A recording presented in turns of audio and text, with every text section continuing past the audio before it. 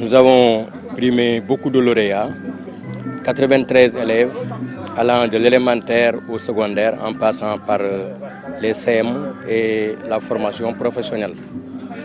Nous avons aussi primé des écoles et des établissements, des écoles élémentaires qui ont réalisé un taux d'admission de 100% au CFE 2022, des collèges qui ont réalisé un taux d'orientation en classe de seconde S de plus de 35%. Nous avons distingué également tous les maîtres de CM2 qui ont réalisé 100% au CFE 2022. Nous avons primé aussi des enseignants qui sont partis à la retraite en 2021 et en 2022. Nous avons aussi distingué deux élus, le maire de la commune de Diembéring et ses partenaires, qui ont fait beaucoup de réalisations au niveau des écoles afin d'améliorer l'environnement des apprentissages. Nous avons aussi distingué l'honorable conseillère Mme Diène Bogoudiaby, qui est ambassadrice des droits des filles, qui a aussi mené beaucoup d'activités en faveur de la promotion de la scolarisation réussie des filles et de la promotion du numérique dans les établissements scolaires. Il le fallait parce que quand des gens, particulièrement des élèves, ont travaillé de manière excellente, il faudrait quand même s'arrêter, les féliciter et les montrer en exemple pour qu'ils puissent persévérer dans l'excellence et pour que les autres également puissent suivre la voie qu'ils ont tracée.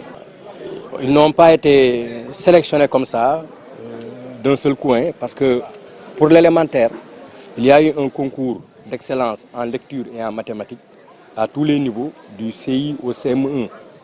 Dans chaque commune, on prenait les premiers élèves de chaque classe. Et ce sont ces élèves-là qui ont subi le concours d'excellence en lecture et en mathématiques.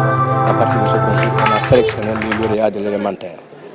Pour les élèves de CM2, c'est le résultat du CFE. On a primé les 5 premiers au CFE 2022.